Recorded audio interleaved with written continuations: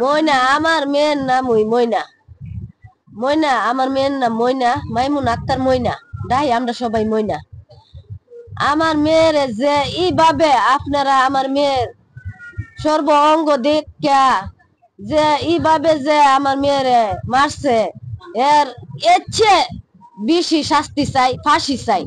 মানে তিলে তিলে তিলে তিলে যেন ফাঁসিটা হো। আমি নিজ চোখে দেখতাম যে এরকম কে আমার নিষ্পাপ শিশুটারে এরকম করতে পারছে। এর মনটা যে এতটুক কাঁপলো না, হে কি মায়ের সন্তান নাকি অন্য কিছু। আমি এটা আপনাদের কাছে, সরকারের কাছে, আইনে আইনগত আইনের লোকের কাছে আমি এই বিচারটা চাই। কালকা দিনে 3টার থেকে আমরা আমাদের মায়ের বিচার পাইনি। পরে এলাকার লোককে অবগত করছি, সবাই বিচাইছি। হ্যাঁ, পরে মাইকিং দিয়া সব এলাকাতে আমরা জানাই দিছি। অনেক খোঁজাখুঁজির পরে আমরা সারা বিচাইছি, পাই নাই। সকালবেলা মসজিদে পোলাপান পড়তে গেছে, দেয়া দেখি এনে ময়না পড়ে রয়েছে। পরে ওরা কইতেছে কয়েক পাগল মাইয়া ঘরের ভিতরে পড়ে রয়েছে। পোলাপান তো আর বুঝে নাই। হ্যাঁ, কইতেছে পাগল পড়ে রয়েছে। পরে হুজুরে আমরা কাছে কইছে, আমরা দূরে যাইয়া পরে মায়ের বিবস্ত অবস্থায় পাইছি এখানে।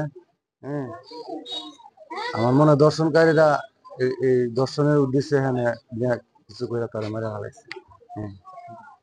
আমরা এটা সুস্থ তদন্ত, সুষ্ঠু বিচার চাই এবং যে এই কাজ করছে তার অতি দ্রুত বিচার চাই, ফাঁসি চাই।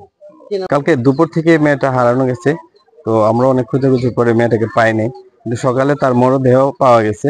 কিন্তু তার যে মৃত্যুটা, সে এই বয়সে এত ছোট একটা মেয়ে, তার কি শত্রু থাকতে পারে, সে কি অন্যায় করেছে, তার এরকম একটা কঠিন মৃত্যু সে ভোগ করতে হয়েছে।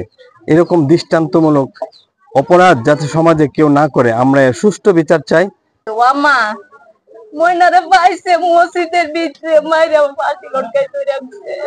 এটা আপনারা প্রথমে লাশটাকে দেখলাম যে আপনার লাশটা এই নেশার মুখটা দিয়া উপরে যে নেশার মুখটা দিয়া আর গলার মধ্যে ফাঁস দিয়া আপনার বাইনাতে রাখছে, আর সারসর উলঙ্গ অবস্থায় রয়েছে।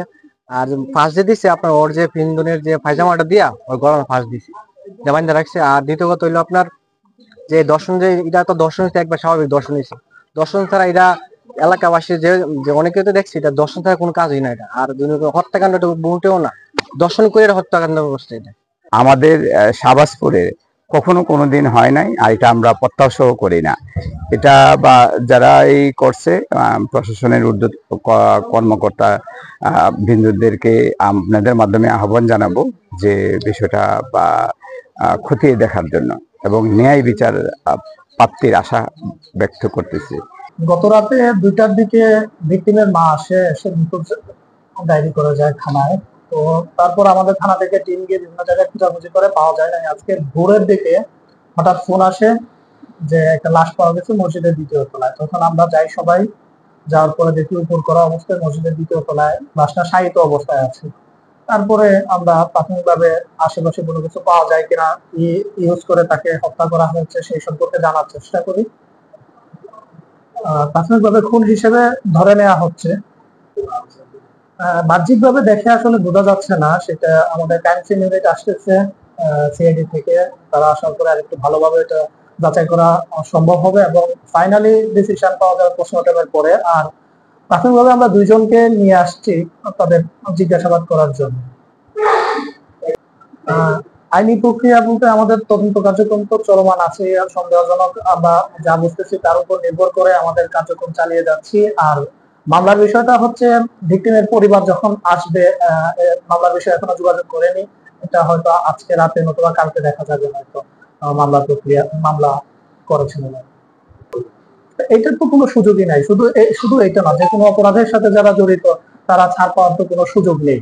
আর এটা যেহেতু একটা আমাদের কাছে প্রাথমিকভাবে মনে হচ্ছে খুবই জঘন্যতম একটা অপরাধ সংগঠিত হয়েছে, এটার ক্ষেত্রে তো আমরা আমাদের আটমোস্ট সেবা প্রদান করবো এবং প্রকৃত বিচার পাওয়ার সম্পূর্ণরূপে প্রয়াস আমাদের থাকবে।